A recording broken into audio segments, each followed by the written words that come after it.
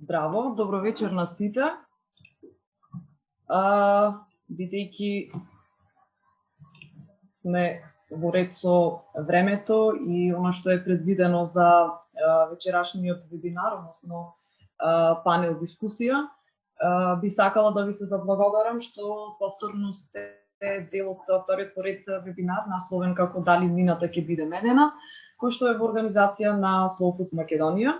За оние кои што не ме знаат, дозволете да се представам. Јас сум Емилија Неделковска и сум програмски координатор на Slow Food Македонија.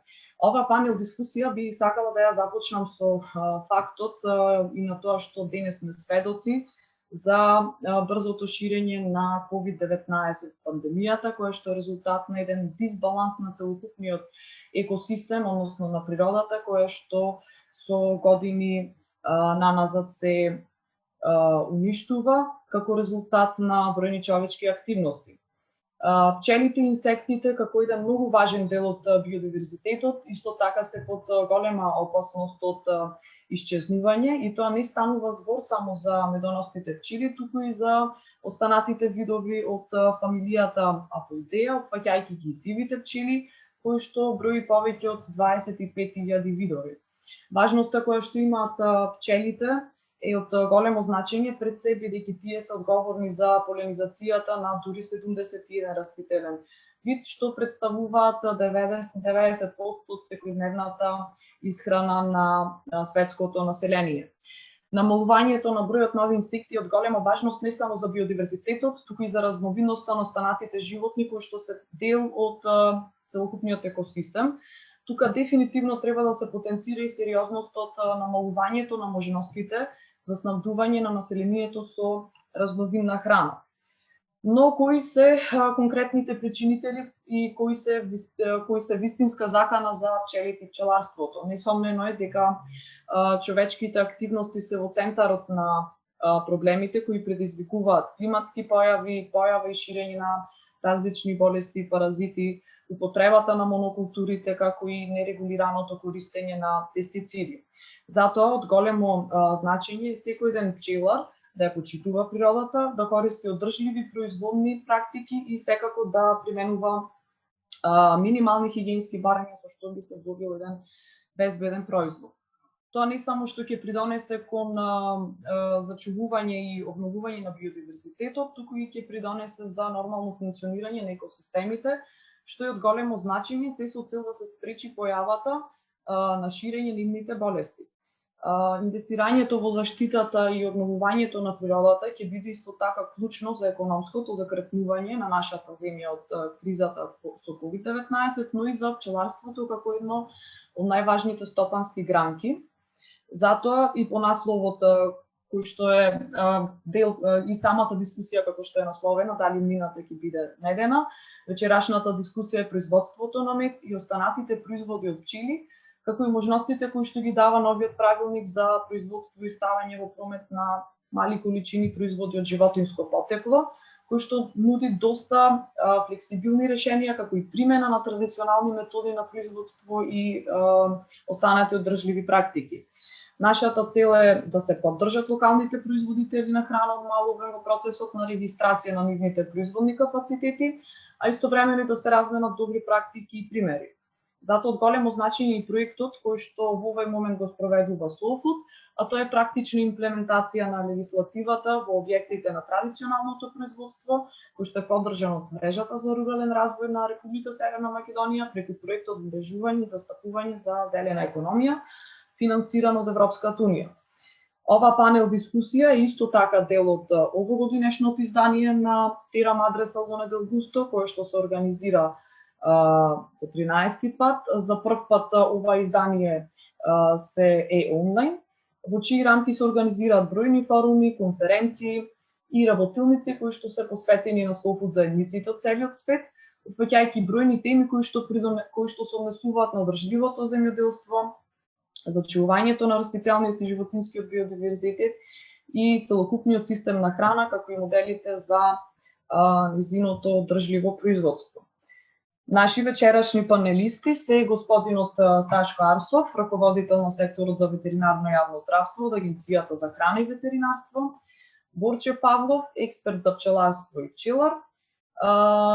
Тука се исто така нашите пчелари и Иван Додевски од пчеларската фарма Пчеларство Додевски од село Рудник, Нацо Јовчевски, собственик на пчеларникот Бен од село Дихово, и тука со нас е исто така и Горан Алексовски, кој што е претседател на Сдруженијето на граѓани Македонска пчела Негорци МАГБИ. Ова дискусија би ја започнала со господинот Сашко Арсов, да ги представи секако можностите за регистрација на малите производни капацитети, конкретно за производството на мед, како исто така и да ни ја представи која е реалната ситуација во однос на заинтересираноста на пчеларите за процесот на регистрација според новиот правилник. Ви благодарам. Сашко, дали се слушаме? Добро вечер, Емилија. Се слушаме? Да, добро вечер, повелете. Така, добро. Поздрав до сите учесници. Мојата вечерашна задача е да го презентирам правилникот со голем назив, меѓутоа скратено и познат како правилник за флексибилност во ставањето во промет на храна од животинско потекло. Овој правилник беше донесен од страна на Агенцијата за храна и ветеринарство. Само малку.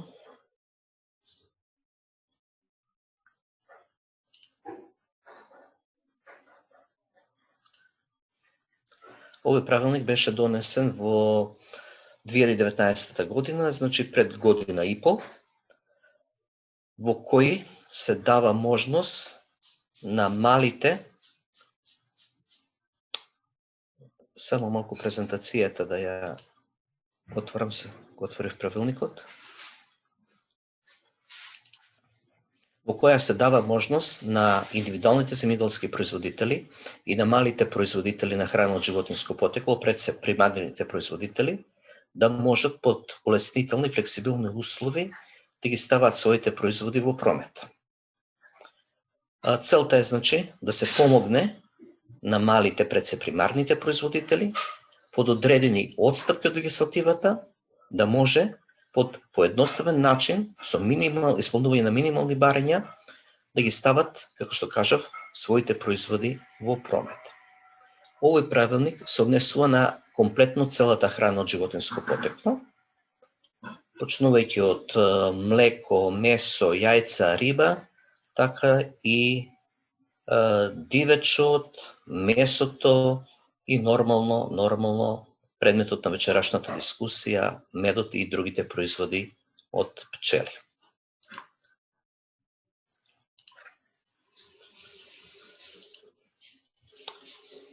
Само малку имам проблем со отварање на...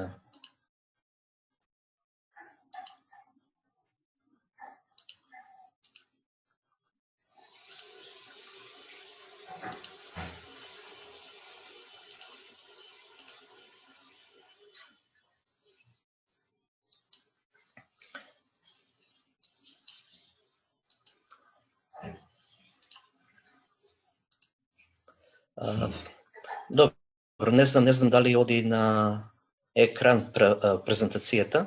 Да, има веќе насловот тука се гледа. Добро, во ред, значи одлично. Добро. Значи, како што кажав, овој правилник е донесен во 2019 година, пред година и пол. Меѓутоа, генерално одзивот на малите производители, на индивидуалните земјоделски производители е многу мал за регистрација. До сега дали има десетина регистрирани објекти, односно примерни производители, според можностите кои ги дава овој правилник. Исклучок се производителите на мед, кои претходно веќе имаше некои активности од страна на Агенцијата за храна и ветеринарство за нивно регистрирање, така да по тој регистер има некаде околу 300 примерни производители на мед кои се веќе наоѓаат во регистерот на регистрирани примерни производители кои може согласно тој регистер да го ставаат својот промет, да ги ставаат своите производи во промет. Условите кои ги пропишува правилникот до сега беа или делимично регулирани или несоодветно регулирани, А со овој правилник веќе во детали, како што кажав, за целокупната храна од животинско потекло, се даваат одредени услови за ставање во промет. Зборувам за малото производство. Пред се сакам да кажам дека условите за ставање во промет на храна се регулирани со Законот за безбедност на храна, кој се однесува на ставањето во промет на целата количина на храна од примарното производство до постпримарното производство и малопродажбата, со исклучок домашната употреба на храната. Врз основа на законот донесени се поголем број подзаконски акти, кои исто така мора да се имаат во предвид приликом исполнувањето на барањата предвидени во законот од страна на примарните производители. Кои се услови да се стави една храна во промет? Тоа е пред се да ги исполнува барањата на законот и операторите со храна која стават во промет храната мора да бидат регистрирани или одобрени од страна на агенцијата. Сакам да напоменам дека мора да се води во сметка дека примарната одговорност за безбедноста на храната припаѓа на операторите со храна. Надлежниот орган, во овој случај ветеринарната инспекција, само врши контрола, односно верификување на исполнување на барањата од законот од страна на производителите, односно операторите со храна. Една мало појаснување што значи регистрација, што значи одобрување. Регистрација е едноставен процес на евидентирање на производителот во регистрите на Агенцијата за храна и ветеринарство и се однесува за малите производи кои ставаат во промет храна под услови на директна продажба. Се работи за едноставно информирање на надлежниот орган во подрачната единица каде што се лоцирани објектите со едноставна пропратна документација. Додека процесот на одобрување се однесува за поголемите производители на објектите кои се бават со локализирана активност или со потпуно одобрување, во овој случај потребно исполнување на повисоки стандарди, се припрема соодветен елаборат, се доставува документација од агенцијата, од страна на агенцијата специјална формирана комисија излегува на лице место, проверува исполнетост на условите, па се дава дозвола за работа. Кога зборуваме за малите производители, повторно сакам да напоменам дека они се регистрираат од страна на агенцијата како производители за директна продажба под овој едноставен начин, едноставна процедура за добивање на регистрација. Генерално, за да може еден производ од животинско потекло, вклучувајќи го тука нели именот, да се стави во промет, пред се треба да исполнува одредени услови. Тоа се услови за потекло на суровината, односно примарниот производител. Значи, тие мора да потекнуваат од одгледувалишта, кои ги исполнуваат барањата за здравствена заштита на животните, и сите да бидат регистрирани од страна на агенцијата со доделен РБО број, животните да се во добра здравствена состојба, да не покажуваат знаци на болеста, во текот на производството да не се третирани со недообрени препарати или ако се третирани со одобрени ветеринарно-медицински препарати, производот кој се става во промет треба да биде после поминување на рокот на каренца. Каренца е периодот на излучување на средствата со кои се третирани животните од нивниот организам. Понатаму, еден производ, зборувам повторно за малото производство, да може да се стави во промет, мора да биде соодветно означен. Во овој случај се дава отстапка од нормалното означување на храната, доволни се само едноставни информации кои треба да ги прати производот, односно пакувањето да биде означено со име и презиме на производителот, место од каде потекнува производот, датумот кога е извршено производството, за каков производ се работи, рокот на употреба, условите за чување и нормално регистарскиот број на одобрување на објектот. Понатаму, секој производител на мала количина на храна од животинско потекло мора да води соодветна евиденција за видот на производи, количината, датумот на производство и каде се пласирани тие производи. Со оваа едноставна евиденција се овозможува и следливост на производот, кој е основно барање на Законот за безбедност на храна.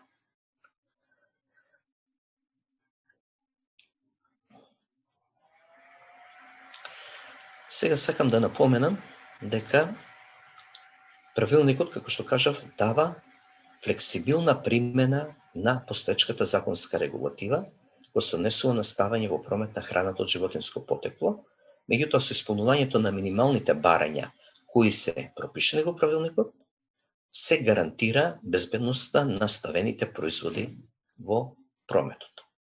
Што значи тоа флексибилност?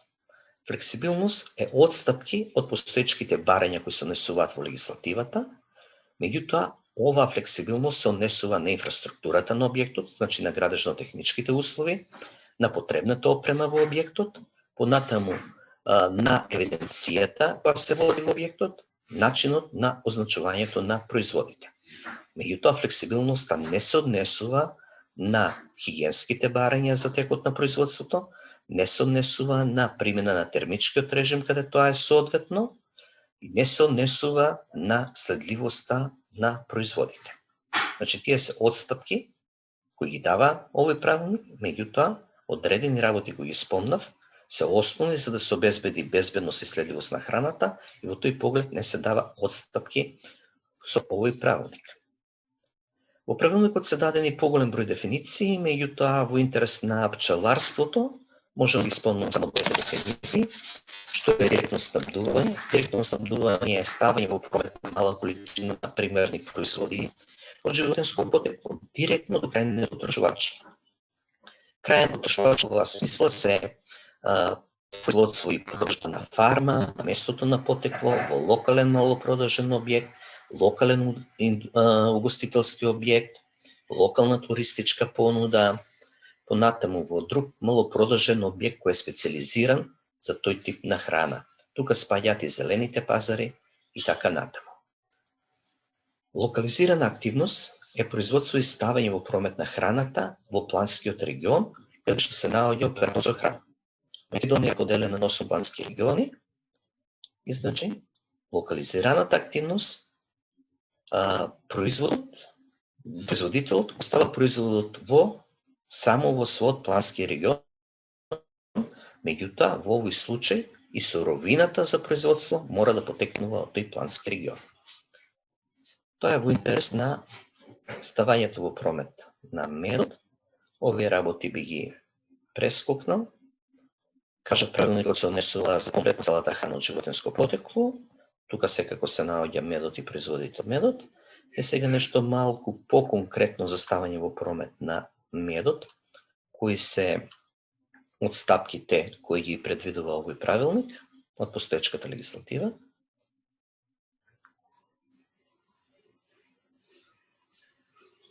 Само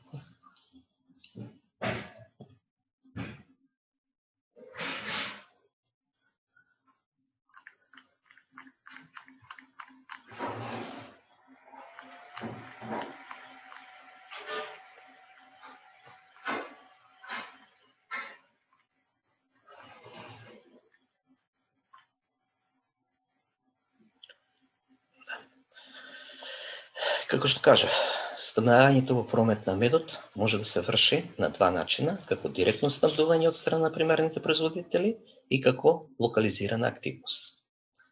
Меѓутоа, за разлика од другата храна од животинско потекло, повторно и во овој случај се направени одредени одстапки. Пред се мора да се знае дека правилникот е наменет за примарните производители и кога зборуваме за ставање во промет на медот од собствено одгледувалиште, односно од собствен пчеларник. Затоа пчеларниците мора да бидат регистрирани од страна на Агенцијата за храна и ветеринарство со доделен регистарски број на одобрение, односно РБО. Потоа медот мора да биде соодветно пакуван и означен кога се пласира до крајниот производител и количина на медот која може да се стави во промет под услови на директно снабдување изнесува 1 килограми годишно. Одстапката е направена од дефиницијата за директно снабдување со тоа што медот може да се стави во промет на целата територија на Република Македонија. Што тоа значи? Дека во овој случај на директно снабдување, освен барањата за здравствена заштита на пчелите на фармата, каде што мора да бидат исполнети, некои посебни други барања не се предвидени со овој правилник. Секој одгледувач на пчели може медот после двоењето, цедењето или филтрирањето да го спакува во соодветна амбалажа, чисти тегли, да го означи и како тако да го пласира во палмет целата држава. Ако пчеларникот се наоѓа на пример во Битола, а собственикот тој пчеларник има место на живење во Скопје, слободно медот може од Битола да продава во Скопје. Рековме, посебни барања не се предвидени. Меѓутоа, количината е 1 килограми годишно, затоа мора да се води евиденција, што напред кажав, како основно барање за сите производи од животинско потекло. Ставање во промет на медот низ целата територија на државата под услови на објекти од мал обем. Овдека се работи за поголемо производство во количина до 5000 килограми годишно.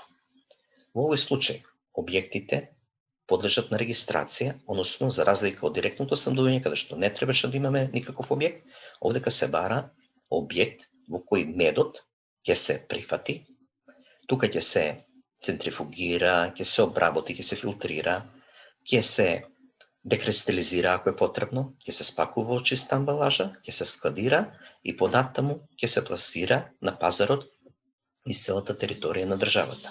Меѓутоа, во овој случај не важат отстапките за евиденција за означување на производот, меѓутоа тука се применуваат барањата, целосните барања од правилникот за информации поврзани со храната. Кога зборуваме за објект, повторно, се работи за минимални барања.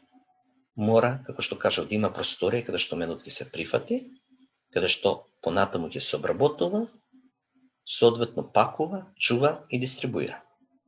Нормално таа просторија мора да биде соодветно опремена од материјали кои се одобрени за контакт со храната, кои се постојани, не се кородивни, можат лесно да се чистат, перат и дезинфицираат. Потребно е обезбедување на опрема за меење на раце во самата просторија каде што се работи, додека санитарен чвор и гардероба може да се користи и во непосредна близина ако објектчето е составен дел на едно семејно домаќинство како одвоен физички објект. Тоа се генерално условите кои ги дава правилникот за ставање во промет на медот.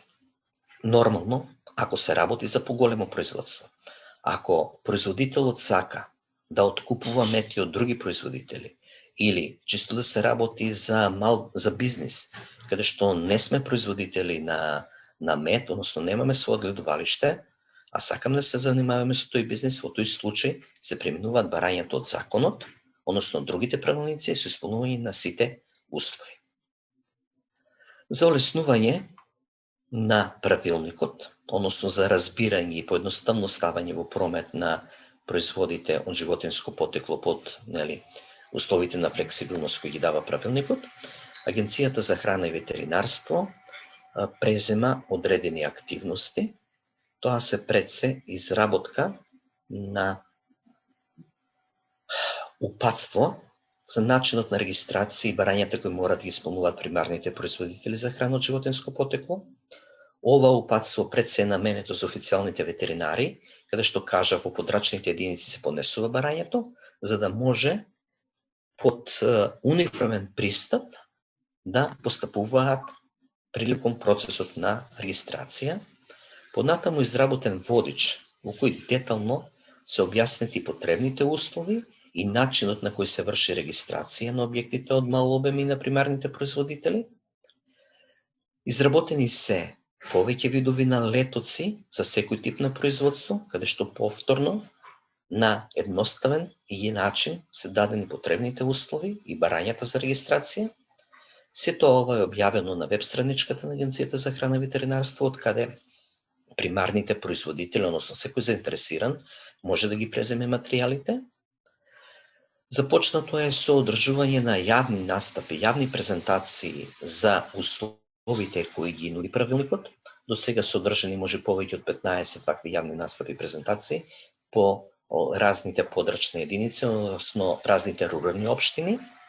Во овие презентации беа вклучени и колегите од Агенцијата за поддршка и развој на земјоделството, кои понатаму, заедно со невладини организации како Slow Food, ќе бидат на услуга на примарните производители за полесно да може да се применат условите од правилникот во исполнувањето на барањата кои се дадени. Значи, накратко, тоа беше се од моја страна во поглед на потребните услови и барањата за регистрација на примарните производители и објектите од мал обем. Благодарам за вниманието.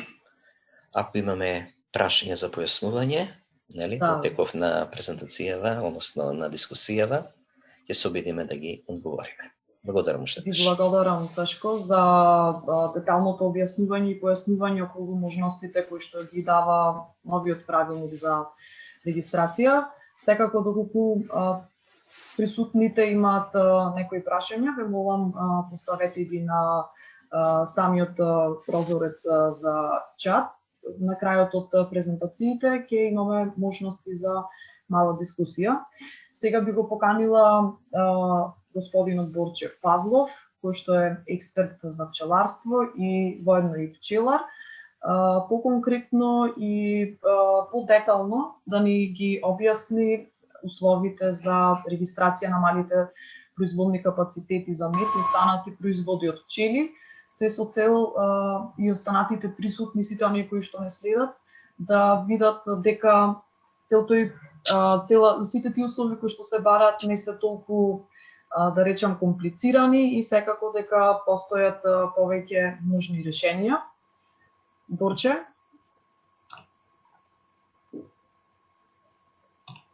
Добро вечер, здраво Емилија. Браво, Борче, како сте? Добро, вие како сте? Супер, фала ви, повелете. Да ги поздравам на сите присутни, да ги поздравам на учесниците на оваа панел дискусија. Само мен да видам со презентацијата.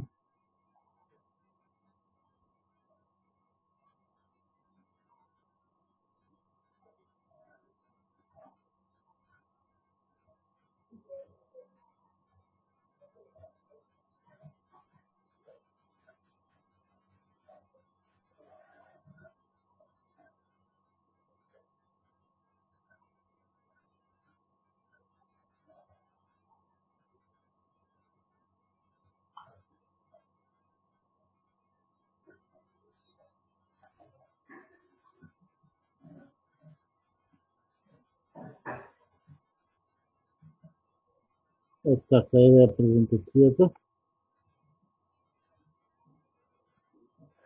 Добро, гледам дека сега Сашко еден дел од тоа што имам ја веќе во презентацијата веќе го кажа, така да ќе гледам да тоа да го спратам и така натаму за да не се повторуваме. Во секој случај ќе да поздравам овој настан, оваа иницијатива на Slow Food, бидејќи мислам дека е навистина многу потребно. Не знам како е во другите гранки кои што се засегнати со овој правилник, меѓутоа мислам дека за пчеларството ова е една добра шанса за напредок на самите производители. Значи, ова треба да се свати како една добра шанса за унапредување на својата работа или унапредување на собствениот бизнес.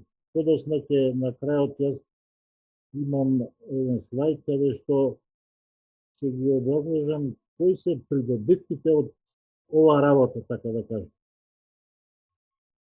Јас презентацијата ја насловив како, значи, со истото име како што е името на овој настан. Значи, дали иднината ќе биде медена? Да. Јас сум сигурен дека иднината ќе биде медена. Извинете, Борче, што ве прекинувам, меѓутоа не е направено споделување на екранот на презентацијата, не знам дали гледате. Не гледам. Кај вас е отворено веќе? Да. Епа стиснете на share screen за да можеме сите да ја пратиме на зеленото копче. Стиснете се на тоа да видим. Да, пошто тука веќе се гледа само како вашиот десктоп, да речем. Така? Да.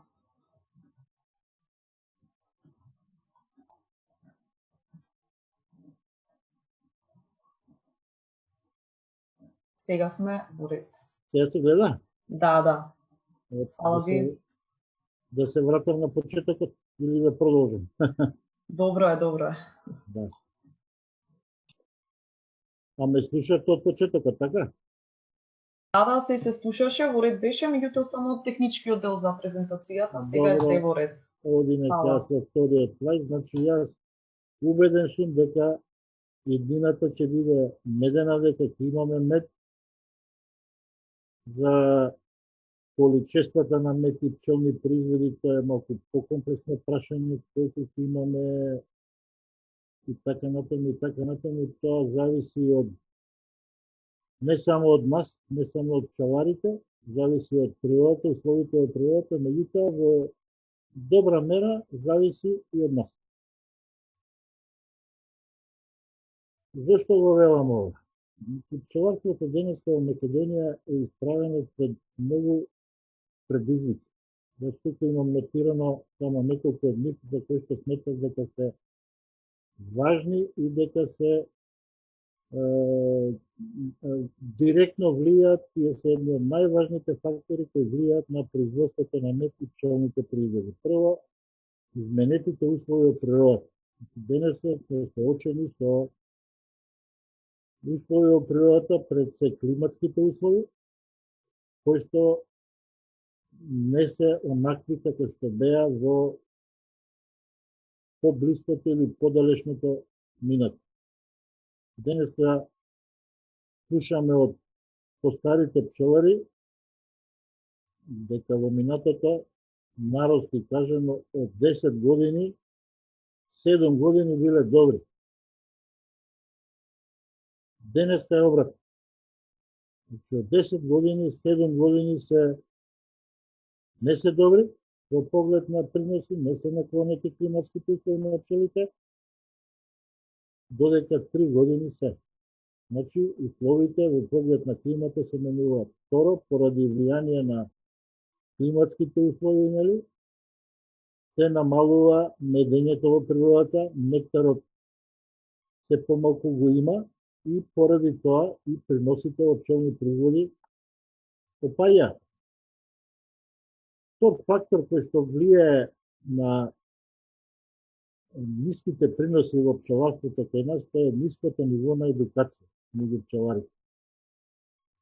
Од една страна се уште владее меѓу пчеларите едно во голем дел од пчеларите неприфаќање на новите појави, новите техники, новите технологии во пчеларството, од една страна и не прилагодување кон новонастанатата состојба. Прво од аспект на климатските услови, второ од аспект на големиот број на нови болести, техники кои што се јавуваат кај пчелите, кои што влијаат исто така на намалување на приносите, а со кои пчеларите поради тие застарени традиционални сваќања неадекватно се справуваат. Исто така тука потпаѓа во овој исти пакет несоодветната апитехника што пчеларите ја применуваат во своите пчеларници. Денеска имаме имаме интернет, имаме социјални мрежи, имаме и литература. Таа литература во добар дел не е наша македонска, таа е литература од автори од други региони, од други држави, од други поднеби и така натаму. Пчеларите едноставно ја прифаќаат, ја копираат, ја применуваат таа апитехника, која што не соодветствува на нашите климатски услови. Тука грешат и пак на крајот резултатот е ист. мало производство на пчелни производи.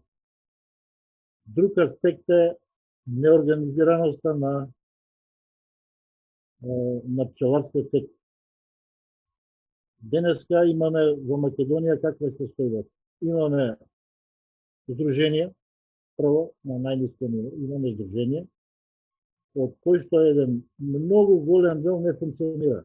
Значи во Македонија денеска може да се избројат на прсти неколку здруженија што имаат редовни активности и работат. Останатиот дел се здруженија кои што, така да кажем, постојат на хартија, немаат никаква активност. Втор проблем е, не само тоа да го наречам хоризонтално здружување меѓу пчеларите во здруженија. Немаме еден репрезентативен и адекватен представник на пчеларите пред држава. Значи немаме еден национална организација која што ќе ги обединува и ќе ги представува интересите на пчеларите пред државата. Денес во Македонија имаме 2-3 такви организации национални, секој во својот состав имаат неколку здруженија, тие што ги имаат, што членуваат во таа организација, не членуваат во другата, значи имаме една разединетост. И до што доведува тоа?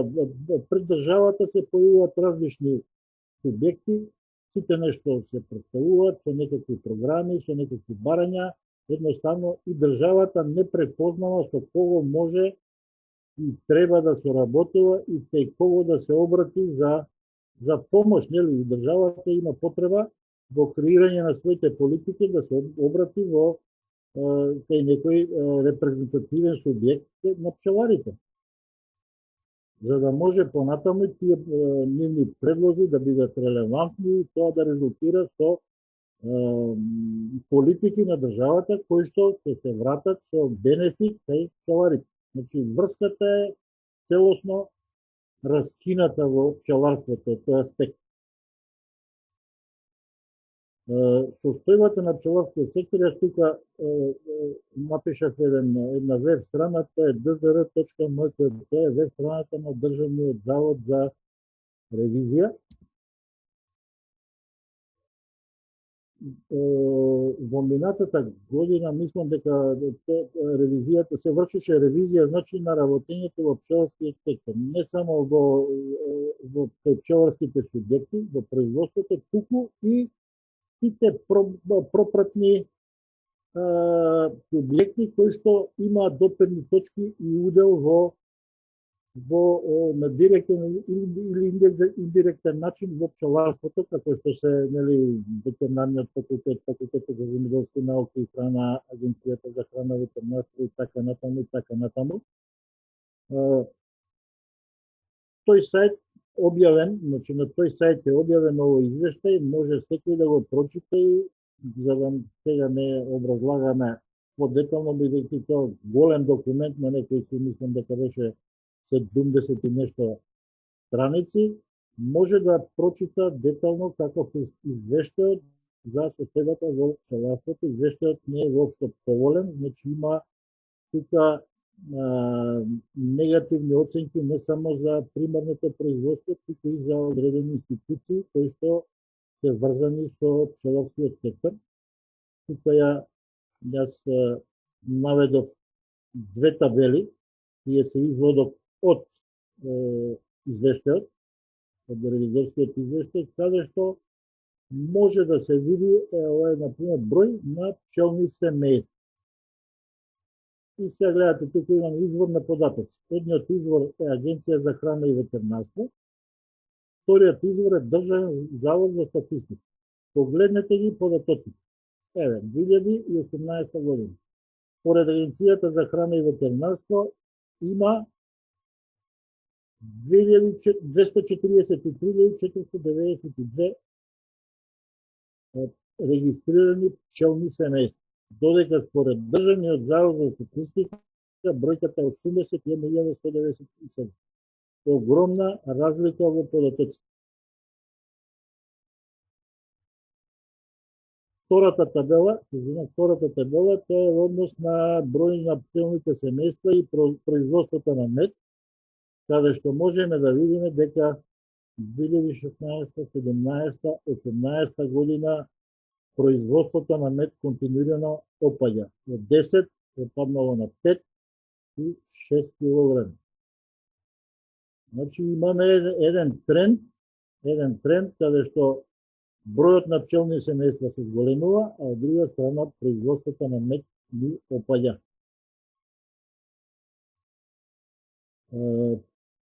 Натаму, сега ги кажавме кои се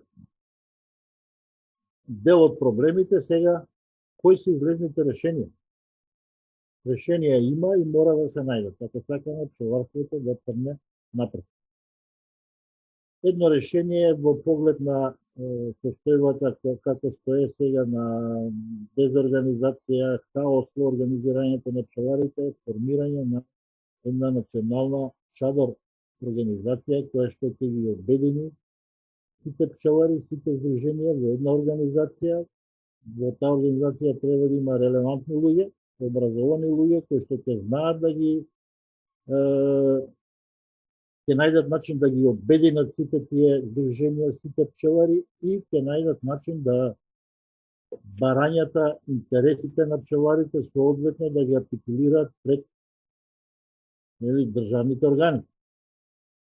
Понатаму, нешто што особено недостасува, тоа е едукација на пчеларите. Исто така од луѓе што се образовани, што имаат искуство во пчеларството, кои што ќе може да пренесат знаења на пчеларите, се со цел да пчеларите може да одговорат на денешните предизвици. Денеска пчеларството станува една дејност која што бара навистина добри познавања за да би оствариле добри резултати, за да самите одгледувачи на пчели и пчеларите бидат задоволни од одгледувањето на пчели, односно да остварат одредени приходи. Во едукацијата како пропратна точка доаѓа прилагодување на апитехниката на современите трендови, се со цел да се даде одговор на климатските промени и така да кажам да се применуваат такви апитехнички мерки кои што ќе доведат до зголемување на производството на пчелни производи. Тоа е можно, значи постојат такви апитехники, меѓутоа пак ќе кажам, поради традиционалниот пристап кај нас тие апитехники едноставно со голем дел од пчеларите не се прифатени. Понатаму тоа е доследно применување на принципите на добрата производна, односно пчеларска пракса и добрата хигиенска пракса, што во превод би значило оно што и Сашко го кажуваше и во контекст на новиот правилник за примарни производители, за директно снабдување, директен пласман на медот, кој што исто така ќе влие на позитивно ќе влие на трендовите во пчеларството.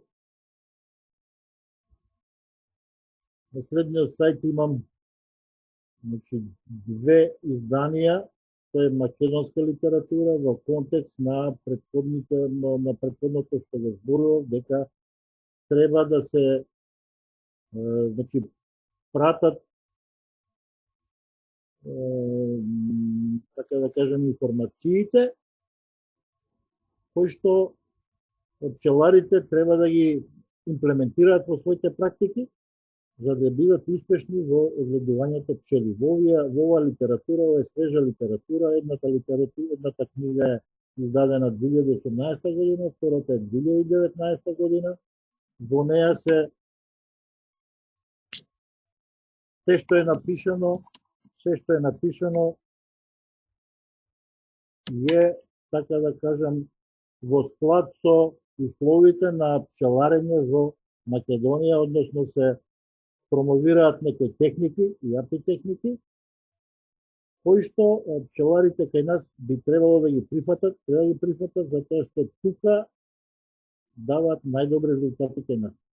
До сега се копираше литература од разни автори од надвор од Македонија, се применува според тие препораки, меѓутоа таму каде што се напишани од тие автори и овде во Македонија условите се различни и тие најчесто даваат погрешни насоки, неблаговремена примена и доведува до како крајен резултат ниска продуктивност во пчеларското производство. Ова е, значи, правилникот, веќе кажа Сашко, тој е објавен во Службен весник во јули 2019 година, да не зборувам многу за тоа. Ова е веб страната на Агенцијата за храна и ветеринарство, каде што во делот публикации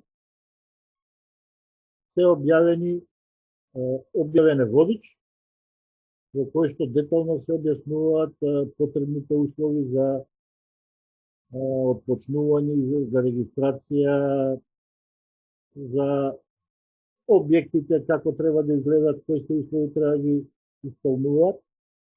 Така што тие се поставени постојано на нивната веб страница, така што пчеларите можат едноставно со одење на овој сайт да си ги прочитаат, да си ги симнат од таму, ако сакаат да си ги отпечатат, каде што има детални упатства за тоа. Значи, тоа е водичот и еден краток флаер за производители на мед, каде што во кратки црти на 2 странички се објаснети детално, на вистина јас ги читав и многу е јасно што све треба производителите на мед, што треба све да исполнат и што треба све да направат за да се легализираат во системот, да без разлика дали се во првата група до 1000 кг мед или во втората група до 5000 кг мед. Да. Понатаму ова е од водичот на Slow Food, ова е еден извадок, една табела, кој што е, нели, се уште драфт верзија, меѓутоа јас го читав исто така, солидно е напишан, ја извадив оваа табела затоа што на еден многу мал простор и многу сликовито и детално и точно е објаснето што треба и какви права имаат директните производители. Значи, тука е конкретно ќе малку разглобам и објаснам оваа табела, бидејќи суштината на се е сместено во оваа табела. Значи, одредувачи на пчели кои што годишно произведуваат до 1000 кг мед. Условата да имаат собственост на огледувалиште. Тоа значи да имаат своји пчели и да имаат РБО број, значи да се регистрирани како огледувачи на пчели. Понатаму, вид на производ, значи може да ги произведуваат и преку овој правилник кој ќе се регистрираат, да ги легално да ги пласираат своите производи кои што се не само медот, туку и сите други пчелни производи, восокот, матишниот мед, прополисот и така натаму и така натаму. Кај оваа група на производители, огледувачи на пчели, значи тие не треба да поседуваат објект. Се нив е дозволено, значи и центрифугирањето на медот може дури да се врши на отворено, со запазување, нели, на принципите на хигиената и на безбедност на храната. Постапката е регистрација како гледуваш на пчели. Постапка ќе ја видат, како што кажа, во водичот, во флаерот, опишана, не е ништо, да кажам, комплицирано, али меѓутоа што сакам да потенцирам. Иако произведуваат до 1000 кг мед, треба да се сепак да се регистрираат во Агенцијата за храна. Ќе добијат свој број и тие ќе можат легално да си го продаваат медот и останатите пчелни производи на територијата на цела држава, што не е мала предност. Втората група, тоа е исто така одгледувачи на пчели кои што произведуваат годишно до 5000 килограми мед. Исто така и тие како и првата група треба да имаат свој РБО број, значи треба да имаат регистриран пчеларник, договор со ветеринар. Може да ги продават сите пчелни производи, не само медот. Со таа разлика што веќе тука тие треба да имаат објект во кој што, како што кажа Сашко, треба медот да се прифати, да се центрифузира, да се процесира,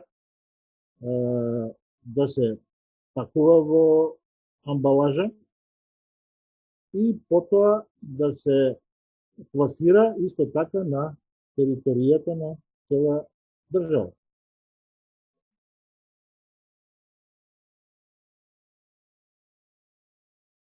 Понатаму,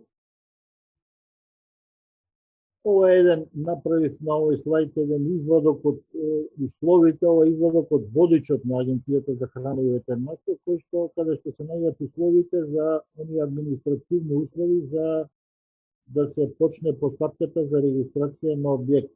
Не ги маркирав сите барања, сите точки, затоа што останатите точки се повеќе или помалку технички, што не се проблематични за ниеден производител. Тоа е, значи, кај правните лица тековна состојба, кај физичките лична карта и така натаму. Тоа се барања од тој тип.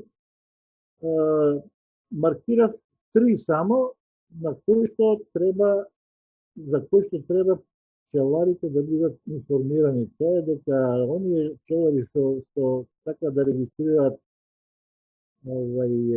производство и објект до 5000 килограми мед, значи за тој објект треба да поседуваат доказ за собственост. Имотен лист или договор за закуп на објект. Значи ова мислам дека е една битна работа. Ова всушност значи дека не ќе може да регистрираат објект доколку тој на пример е било градба, не се поседува за него имотен лист. Понатаму треба да има документ за регистарски број на огледувалиштето или РБО број и последен попис од огледувалиште за пчели, тоа исто така го имаат сите, што се регистрирани со РБО, затоа што знаеме дека секоја година на 1 април се прави попис на бројна состојба на пчелните семејства. Значи, од тука единствено ова барање треба да се обрне внимание на него, значи објектот кој што планираат да го регистрираат како објект за производство, процесирање и така натаму на мед и други пчелни производи, мора да има имотен лист, односно доказ за собственост или договор за закуп на објектот или концесија.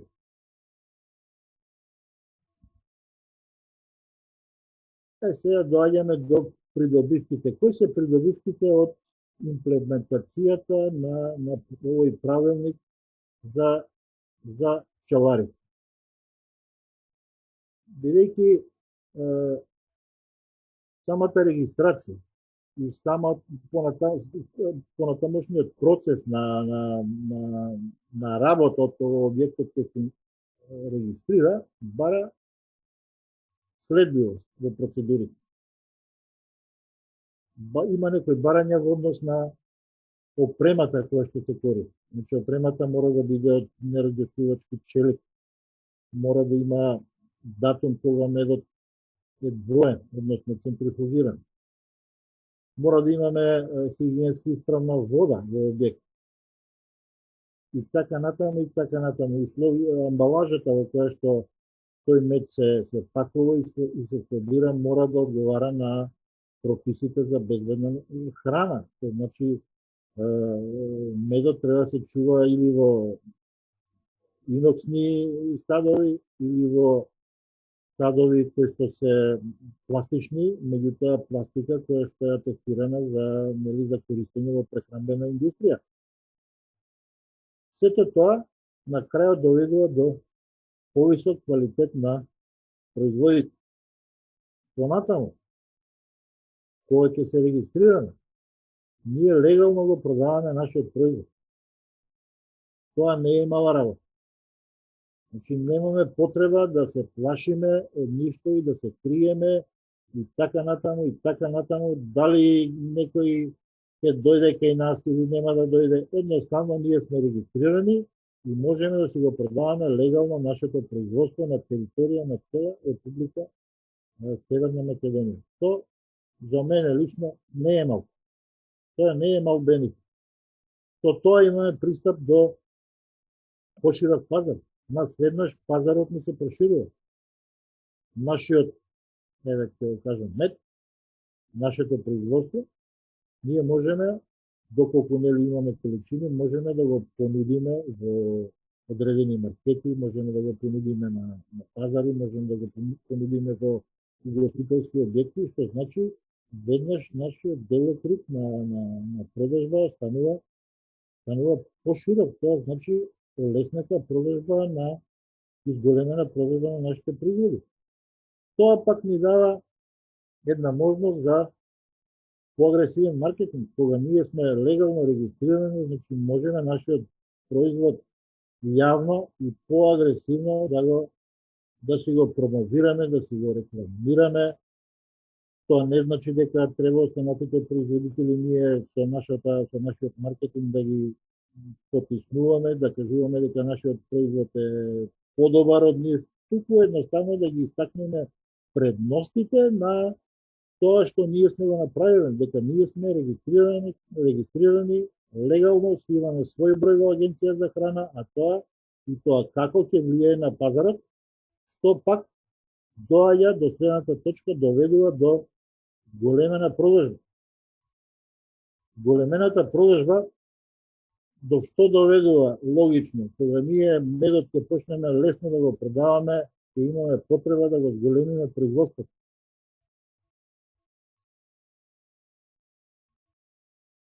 Големеното производство што носи? Големеното производство носи големена заработка. Од друга страна, легалната регистрација, тоа може би сега се уште не е случај, меѓутоа сум сигурен дека во следниот период ќе биде случај. Легалната регистрација и оние пчелари што се легално регистрирани ќе имаат предност за најмала мера или исклучиво на разни конкурси, повици, можности за добивање на средства од разни фондови државни за помош, денес сме сведоци дека имаме ИПАР програма, разни државни програми, тие ќе имаат или исклучив пристап или предност во пристапот до тие средства. Тоа е уште еден бенефит. Тоа отвара можност, значи, за понатаму можност за нови инвестиции, за развој на бизнисот на овие производители. Тоа на крајот ќе доведе до зголемување на производството и крајен резултат подобар животен стандард. На овие слики тоа е еден мој објект кој што сега е во фаза на подготовка. За кратко време ќе биде готов, јас го подготвувам да поред критериумите и ќе биде се завршено, ќе се поднесам барање да си го до Агенцијата за храна за одобрување и за регистрација, бидејќи навистина мојата проценка е дека ова е една добра можност за пчеларите.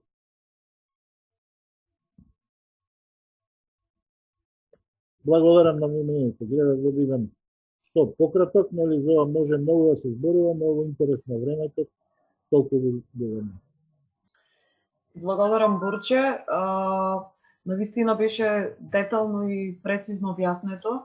Се надевам дека присутните и оние кои што не следат ги видоекономските бенефити кои што може да ќе ги имаат и може да ги имаат во иднина при самата регистрација и имплементација на минимални хигиенски барања, се со цел да се добие еден безбеден производ. Кога сме веќе кај регистрацијата и можностите и условите кои што самата регистрација ги нуди и производството на легални производи, би го поканила Иван Додевски, кој што еден од првите пчелари, можам да кажам слободно, кој што го поминал процесот на регистрација. Подобро би било да ги чуеме неговите искуства и како беше за него целиот процес во процесот на регистрација, односно одобрување на неговиот објект. Иван?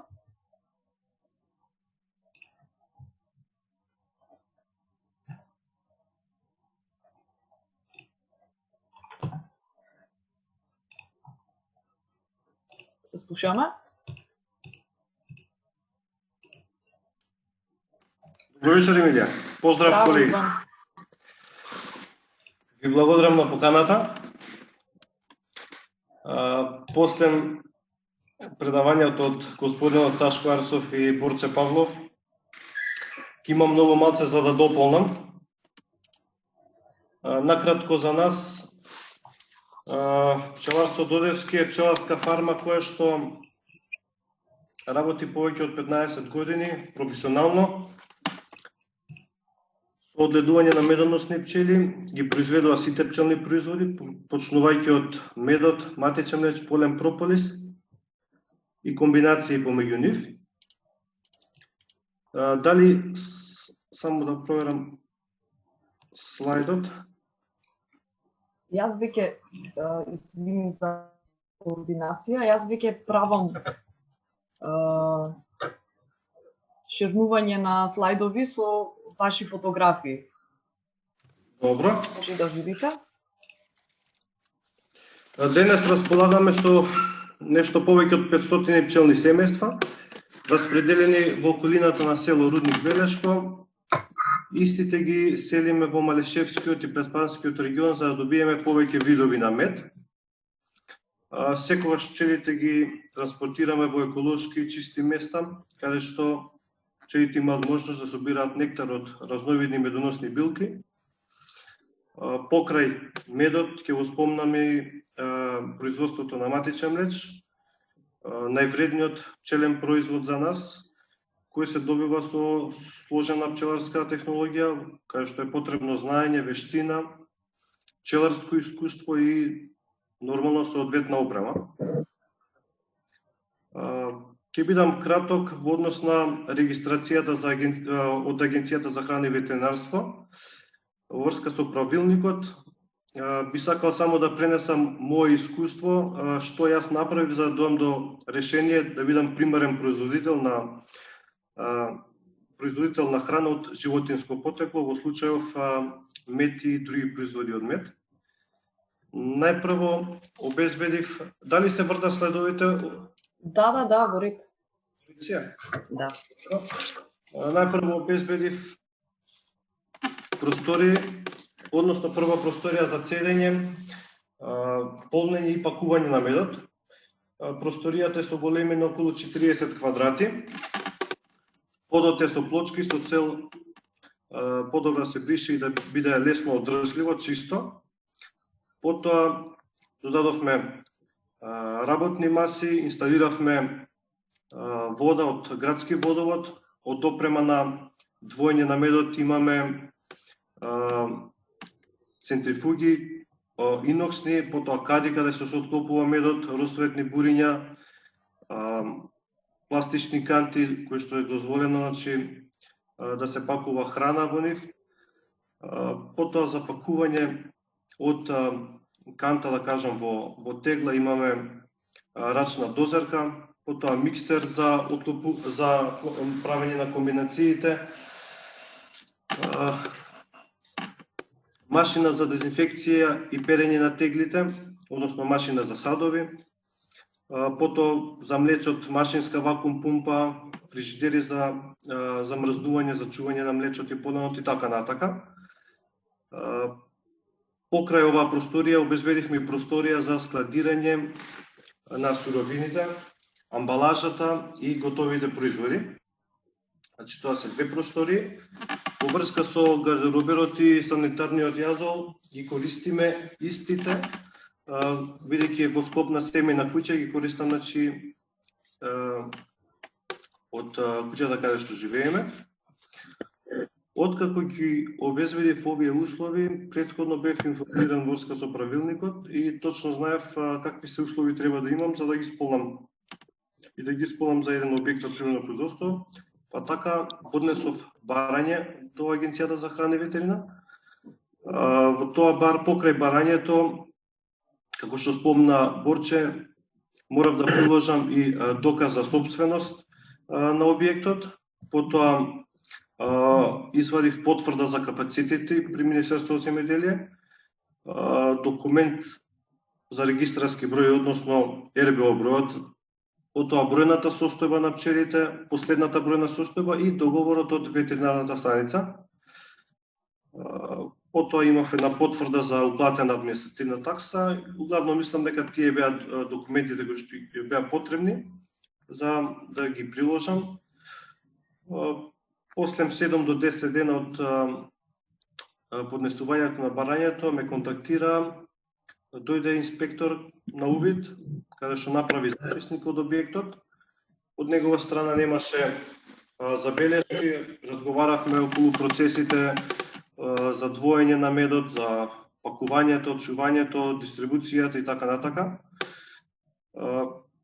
Со следното контактирање ми кажа дека ги исполнувам условите и дека сум евидентиран како примарен производител со број на идентификација на објектот. И тој број на идентификација треба да стои на секој производ. Нормално на секој производ треба да има следливост, да се знае колку се пакува и така натака. Исто така треба да имаме секогаш контакт со агенцијата во случај да имаме некоја измена во објектот, да се информираат, така натака. Со оваа регистрација јас како физичко лице, мојот производ можам да го продавам од дома, преку онлайн, преку социјалните мрежи, преку веб страната, на изложби, на пазарите, во маркетите, пилјари и слично, продавници за здрава храна.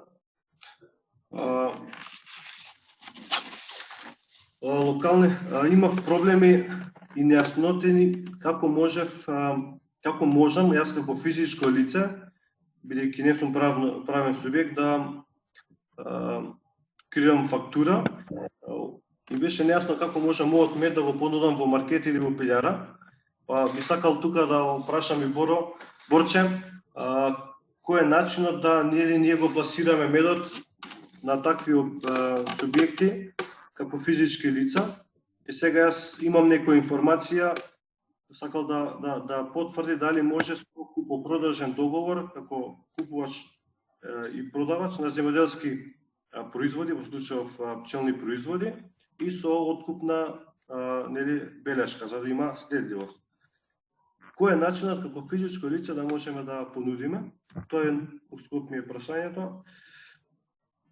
За нас пчеларите овој тип на регистрација навистина ни е потребно, ќе бидеме многу полесно достапни за нашите ценети муштери. Ќе имаме можност за поголема понуда и продажба низ целата територија на Македонија. Така да јас пред непол месец, тоест 26.11 имам веќе регистриран објект и одма увидов дека навистина дека се отвара врата, дека можеме да пласираме мед на повеќе субјекти и да продаваме. Углавном од мене толку, значи, врска со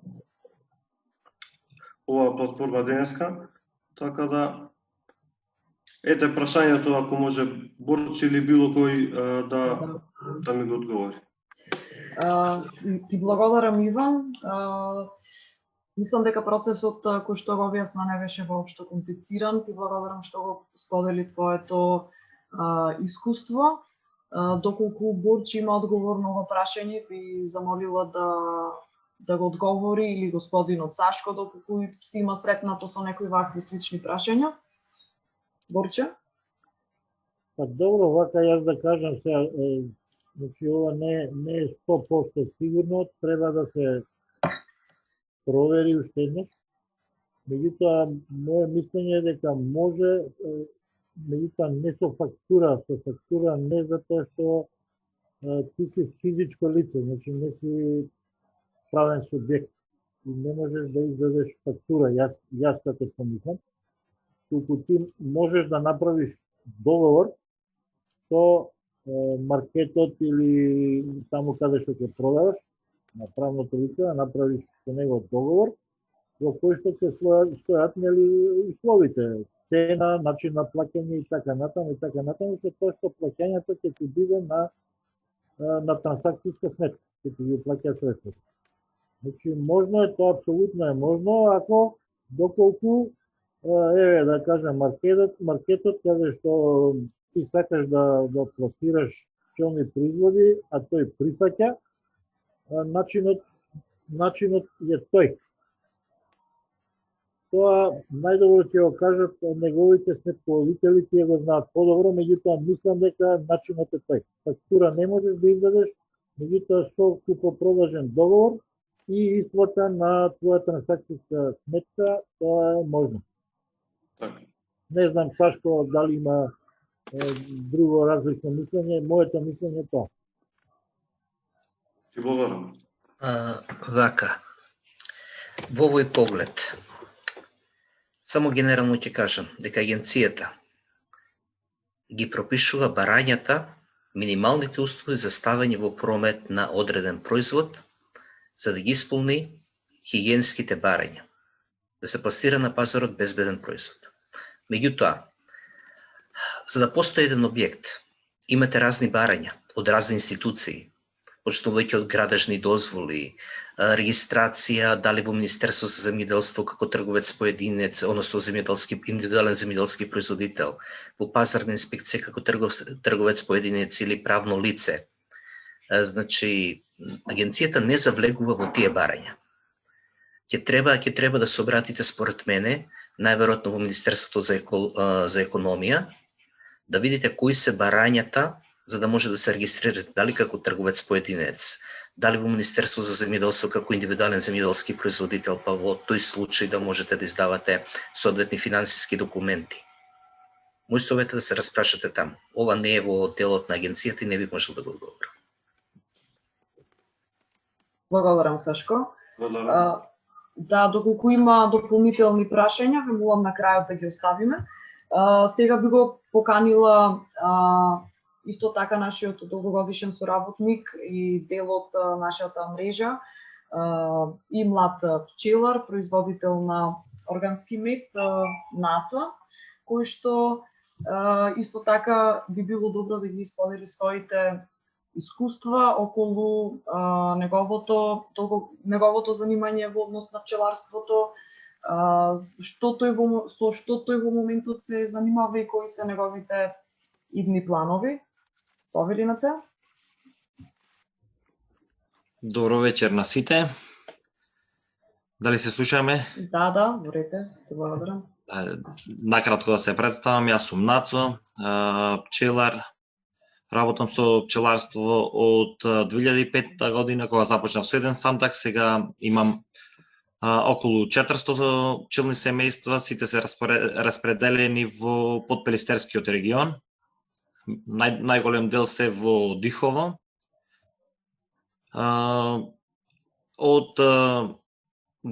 Значи ги произведувам сите пчелни производи, од мед, млеч, полен, прополис, восок. Најмногу сега да речем последните 2 години работиме на производство на пчелин отров. Исто така покрај производството ние главна дејност е пчеларството, меѓутоа постепено таа дејност ја проширивме и надградуваме со поврзување на пчеларството со туризам. И така да од 2014 година започнавме да работиме и со апи туризам, кој што го започнавме први во Македонија и мислам дека се уште само ние работиме со апи туризам. Потоа во 2016 година ја направивме и првата API комора, каде што гостите кои што доаѓаат можат да го почувствуваат и мирисот од пчелните семејства. Друго што сакав да кажам, исто така нашите производи имаат сертификат за органско производство веќе 5-та година, значи сите производи се органски. Исто така, значи нашето производство на пчелни производи најчесто го пласираме директно од куќен праг, бидејќи работиме постојано со домашни, со странски туристи. Сите производи ги пласираме на тој начин, значи никој од нашите производи не го продаваме на големо, се исклучиво оди паковано во најмала амбалажа. За пример, најкористена, најпродавана амбалажа ми е од 210 мл или со отприлика 250 грама на мед или мешавини комбинации кои што ги правиме. За странските гости најчесто ја користиме амбалажата од 20 мл и од 50 мл, значи отприлика максимална количина да дојде негде од 50 до 100 грама на тегличката. Бидејќи претежно добар дел од нашите потрошувачи на нашите производи се странски туристи, мораме да бидеме фокусирани на таа количина на пакување. Имаме моментално 5 пчеларници, како што спомнав, сите се во подпелистерието. Произведуваме 2 вида на мед, ливадски мед и шумски мед. Исто така сега започнавме во 2018 започнавме и со работа, отворивме етно ресторан каде што нашите туристи кои што доаѓаат на пчеларник, каде што се задржуваат од прилика 45 до сат и пол, толку од прилика трае презентацијата и дегустацијата на пчелните производи. Потоа идат кај нас на дегустација на традиционална храна, а исто така имаме и креирано и медни менија, значи храна која што се базира на пчелни производи. Значи имаме јадења кои што се приготвени со мед. Објектот моментално сме во постапка за регистрација на објектот.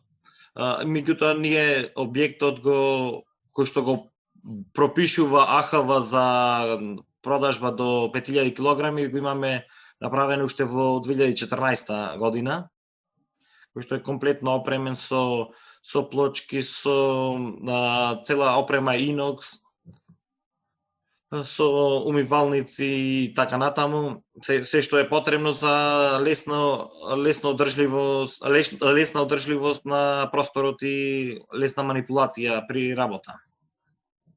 Сега моментално имаме во постапка сме на набавка на нова опрема која што ни е одобрена од ИПАРТ.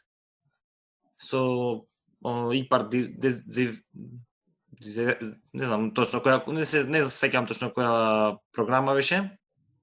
Меѓутоа треба да таа опрема да ја набавиме до крајот на февруари.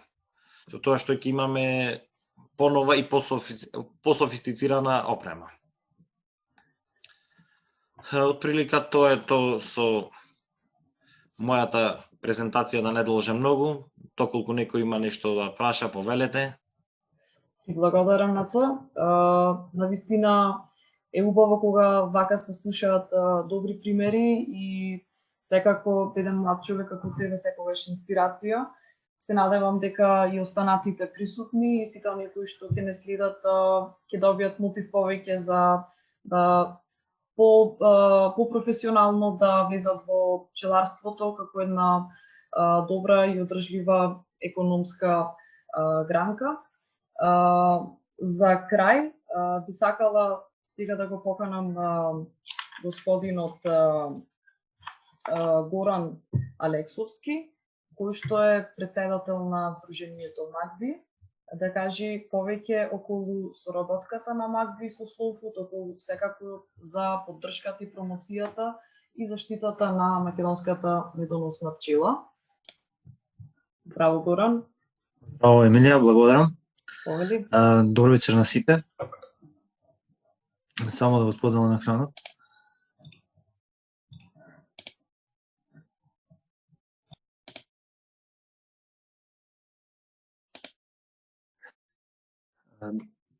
Само да ми кажете дали го гледате и дали ме слушате. Да, се гледа, борите. Благодарам. Вака, најпрво задоволство ми е што вечерва имам можност да го презентирам, да ги презентирам заедничките активности, досегашните заеднички активности на Магби и Слоуфуд Македонија во насока на промоција на автохтоната македонска медоносна пчела и производите добиени од неа. Исто така задоволство ми е што токму денес на роденденот на нашето здружение се одржува еден ваков настан и би сакал да го посветиме токму на здружението и на нашата медоносна пчела. Најпрво неколку збора за нашето здружение. Македонска пчела Негорци, скратено Магби, или регистрирано по целосно име како Македонско здружение за заштита на автохтоната македонска медоносна пчела Апис мелифера македоника. Здружението е основано пред 9 години, точно на овој датум, на факултетот за земјоделски науки и храна во Скопје. Стана на 10 одгледувачи на пчели, пред се ентузијасти, пчеларски ентузијасти, влюбеници во пчелите и активисти за зачување на биодиверзитетот. Нашите цели, односно целите на Здруженијето Магби се истражување, заштита, подобрување и промоција на нашата автохтона медоносна пчела и промоција исто така и на незините производи. Сето тоа го реализираме преку повеќе видови на активности, како што се истражувањето, едукацијата, тестирање и реализирање на студиски екскурзии и патувања. Најпрво неколку збора за тестирањето. Тестирањето го извршиме според одреден протокол на тестирање, добро познат помеѓу пчеларите кои што следат работата на Магби.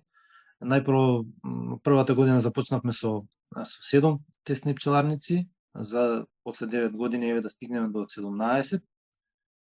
Тестираме 8 карактеристики на медоносните пчели, односно на нашата медоносна пчела, помеѓу кои гледате и 8-та е производството на мед. Сите се секако битни, но поводот на оваа тема е медот, затоа и ја нагласив ова особина. Околу тестирањето можеме да дополнам само дека секој од нашите членови, односно секој тестен пчеларник има го сочинуваат 12 експериментални друштва. Тоа се генотипови на пчели кои ги тестираме со цел да се издвојат најдобрите генетики, односно генотипови на медоносната пчела и така што се тестираме во одредени циклуси, во циклуси од 2 години и потоа резултатите се внесуваат во одредена база на податоци, се добиваат одредени селекциски индекси, кои подоцна ги користиме за секој нареден циклус на тестирање. Едукацијата која Магби ја врши во повеќе насоки, како за сопствените членови, бидејќи редовно организираме едукативни настани интерни за членовите на Магби, организираме едукација и за секој нов член кој што ќе се приклучи во здруженијето. Исто така организираме вршиме едукација и за надворешни членови, надворешни пчелари, групи. До сега имавме искуство со групи од Малта, Албанија, имавме гости од Кина. Исто така еден битен дел од едукацијата е организирање на јавни настани, пчеларски настани, јавни од јавен карактер. Тоа е настан од Пчеларски ден знаење и дружење, кој веќе по чести пат го организиравме минатиот викенд. Најпрво почна како пчеларско советување, за подоцна да го добие традиционалниот назив Пчеларски ден знаење и дружење. Секоја година, секој настан пробуваме да се обидуваме да донесеме врвни пчеларски експерти и пчеларски работници, врвни професионални пчелари од Македонија и од опкружувањето. И секој настан редовно имаме некаде околу повеќе од 200 посетители. Едукацијата вклучува и издавање на одредени едукативни и информативни материјали. Таков е случајот и со прирачникот за производство на пчелни матици и матичен меч, кој е во изданија на нашето дружење, на МАГБИ, од нашите колеги магистар Борче Павлов и професор доктор Александар Узунов. Исто така објавуваме и флаери, промотивни флаери за македонската пчела, постери и сличен материјал кој во иднина служи, кој подоцна служи за едукација на пошироката јавност и пчеларите. Тука се и студиските патувања, редовна активност на МАГБИ. Можеби ќе пропуштам некое, но во изминатиот период ги реализиравме многу. Беше посетена Грција, Словенија, Германија, Малта, Сицилија,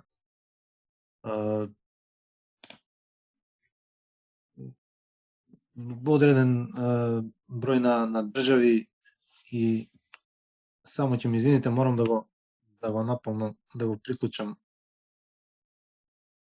лаптопот на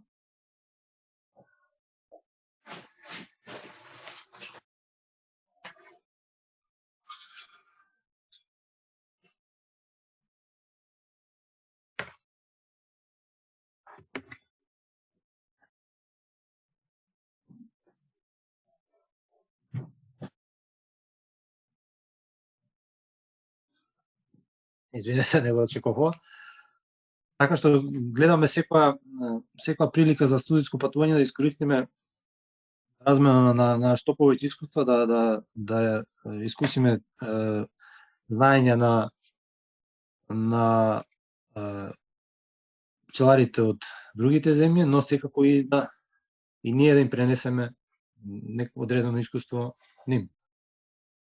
Што се однесува конкретно за медот, пошто темата на денешниот настан е мед, ете во Германија дознавме дека германските пчелари и германските конзументи преферираат кремат мед. Германците имаат идеални услови за пакување, за обработка, за центрифугирање, значи неверојатни капацитети. Словенците исто така во нивните традиционални кучечки, пчеларски кучечки, ги иако мали, внатре го центрифугираат медот, ги исполнуваат сите услови за добивање на еден квалитетен и безбеден производ. Малтежаните го пакуваат нивниот мед во многу мали пакувања, како што спомна претходно Наца, поради туристите и веројатно поради малата производна количина. Сицилијанците исто така произведуваат мед во мали пакувања, но сето тоа е монофлорен мед со едноличен и монотон вкус, но ете тоа е културата и традицијата на такво јадење, значи на јадење на медот. Секоја традиција и секоја култура, секоја држава има своја специфика. Ние пробуваме сето тоа да го видиме и доколку одговара, доколку сметаме дека би дало позитивни резултати кај нас, пробуваме да го примениме. Не е само во поглед на медот, има и многу други работи, но ете, бидејќи зборуваме за тоа, конкретно го посочив медот.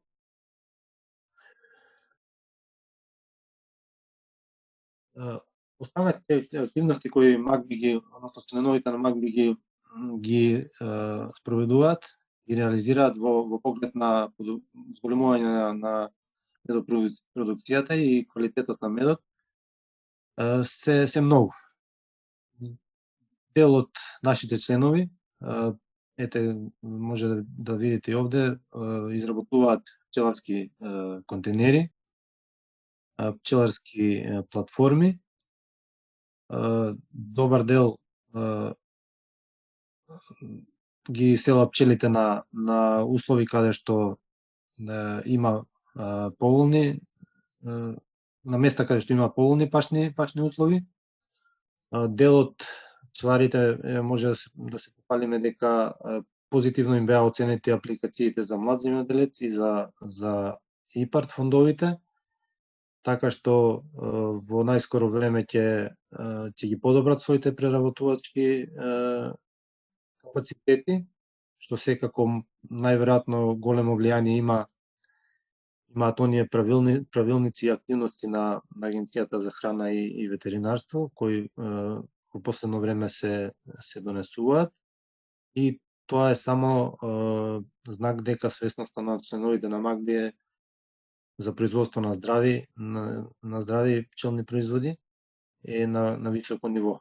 Тука е набавката на најразлична опрема која во текот на пчеларењето ќе помага и оди во прилог на производството на мед, а секако одреден дел од нашите средби на пчеларници ги користиме и за почумување на одредени територии со одредени делови во близина на пчеларниците со медоносни дрвца. Исто така, дел од нашите активности опфаќа и учество на најразлични работилници, во кои се предмет на расправа, на дискусија, на работа се подобрување на маркетингот на пчелните производи. Учествуваме во неколку работни групи, односно во неколку формални и неформални групи на пчелари, кои секоја можност за укажување на надлежните институции за одредени недостатоци и коригирање на одредени правилници или документи по сугестија на нашите членови, им укажуваме на надлежните институции со цел сето тоа да се подобри и пчеларите да имаат едни можност да работат да делуваат според прочистени документи и според акти кои одат во прилог на пчеларите. Сега, ако се навратиме на претходните слайдови, ако се навратиме на претходните презентации, особено на она на Борче, кој во неколку слайда представи што е битно за да се добие овој производ, ќе сватиме дека да ја добиеме оваа слика, односно полни рамки со мед и полни тегли со мед, треба да се склопат многу котки, односно треба да се склопат многу елементи од тој мозаик за таа слика да биде целосна. Почнувајќи од вклученост на науката во производството, а МАГБИ тоа го работи во соработка со Факултетот за земјоделски науки и храна. Потоа за производство на мед ни треба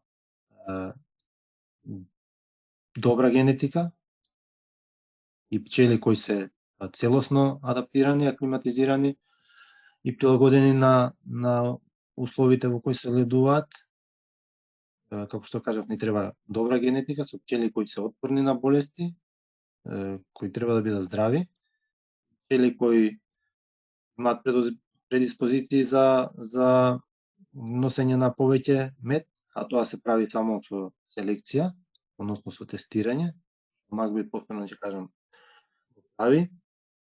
Потоа треба спроведување на добра пчеларска пракса, навремено третирање на пчелите, справување со климатските промени.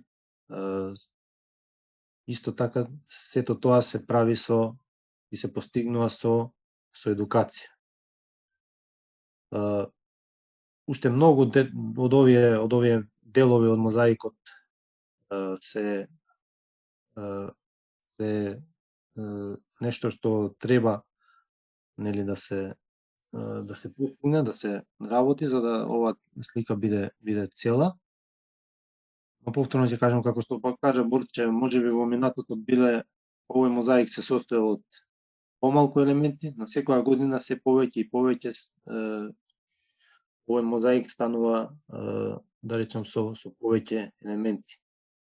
И затоа ние пчеларите сме пред големи предизвици, но секако со посветеност, со напорна работа, мислам дека може се да се постигне.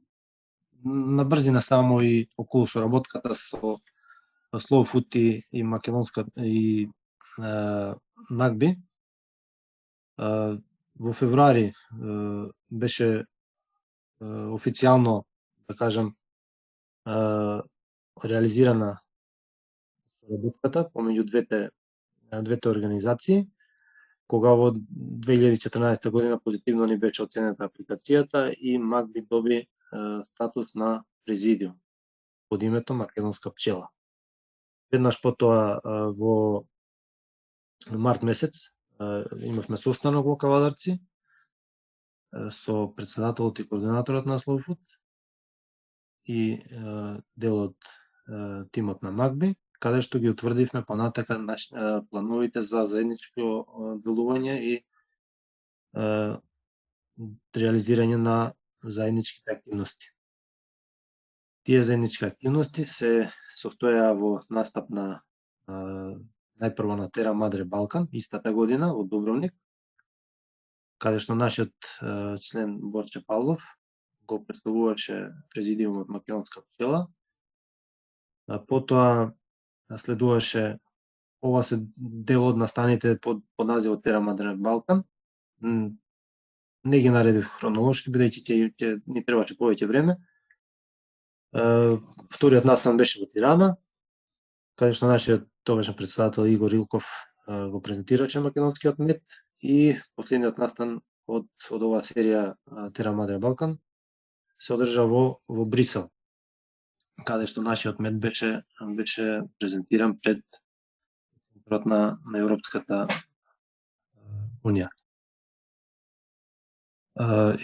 Веќе наредната година координаторот на Slow Food за Балкан, господинот Микеле Румиц, ги посети дел од капацитетите на Магби, при што се увери во сериозноста на работењето на Сдруженијето и од тоа произлегува одредени низа активности.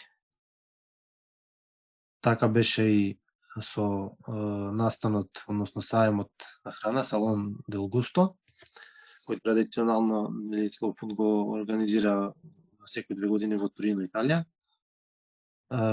Првата година настапивме со македонски мед, односно мед од македонска медоносна пчела, од автохтоната медоносна пчела, и за наша радост и за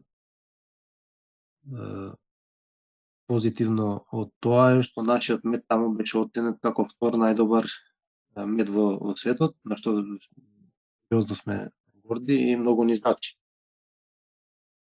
И би требало да му значи на секој пчелар од Македонија.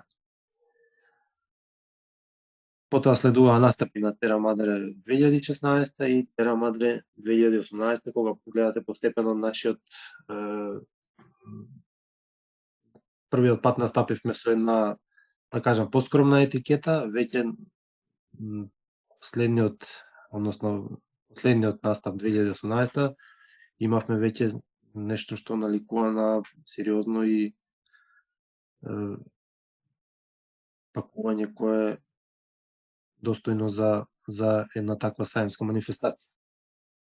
Друг тип на соработка со која имаме со Slow Food е организирање на медниот бар, каде што на настанот Пчеларски ден знаење и дружење, секое издание Slow Food го организира медниот бар на кој преку 20 на медови од видови на мед од светот се изложени пред македонските пчелари, имаат можност да ги дегустираат, да ги пробаат медови кои ретко имаат прилика да ги сретнат, бидејќи ги нема кај нас. И особено ме радува што медниот бар на секој ваков настан е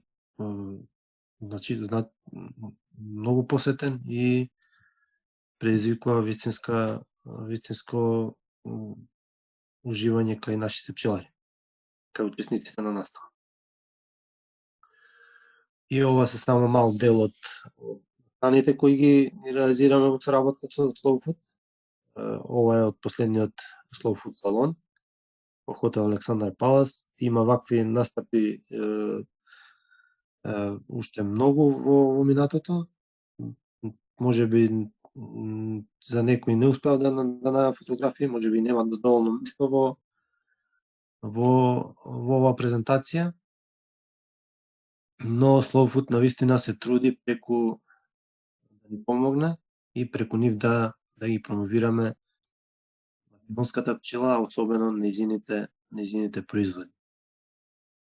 Во иднина она што го планираме како здружение МАКБИ, и секако се надевам дека Slow Food ќе застане позади нас, тоа е лансирање, односно стартување на кампањата од Гледувам Македоника, Гледувам наше, за кој го известивме Slow Food и со задоволство ни кажаа дека не известија дека ќе не поддржат за се што треба во кампањата.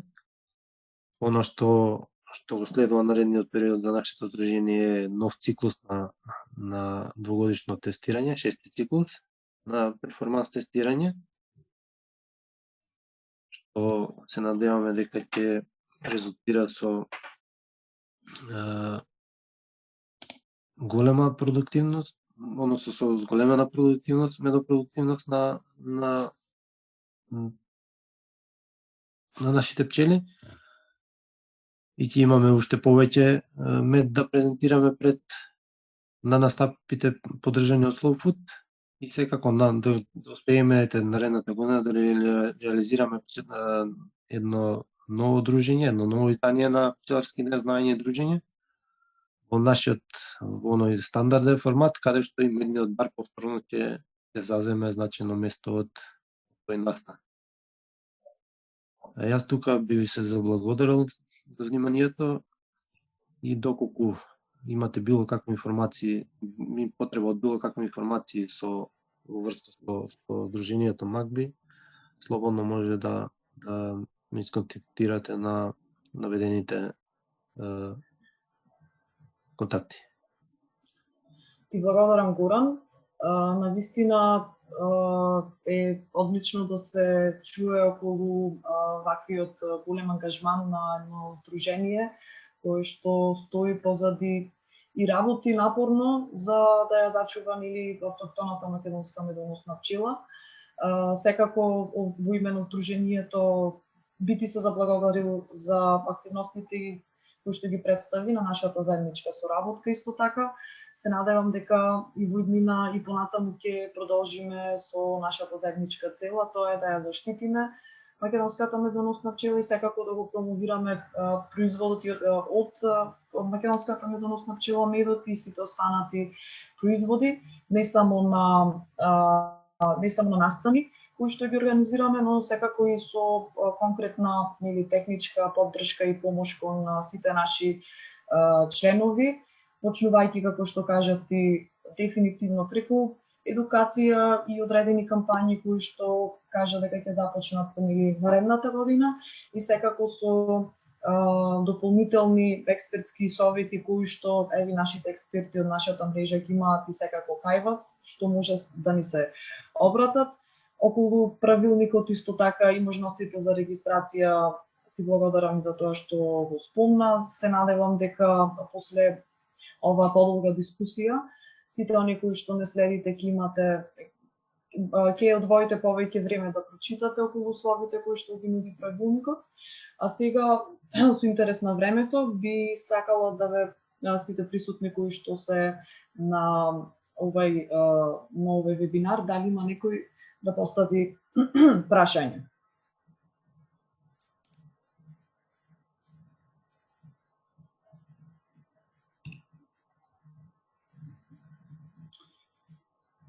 Доколку не, секако ќе имате можност да ни пишете на нашата веб страна, на нашите Facebook профили, да ни сконтактирате нас или пак некој од нашите панелисти.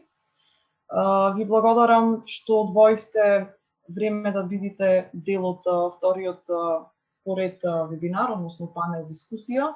Ја користам оваа прилика да ве поканам да го последите и следниот вебинар, кој што ќе се одржи на 24.12, односно наредниот четврток, со почеток од 18 часот, чиј модератор, односно домаќин ќе биде колегата Филип Димковски, а заедно со неговите гости ќе го промовираат првото списание за училишни активности на Слоуфут Македонија Полжавче, наменето за најмладите подржувачи на Слоуфут.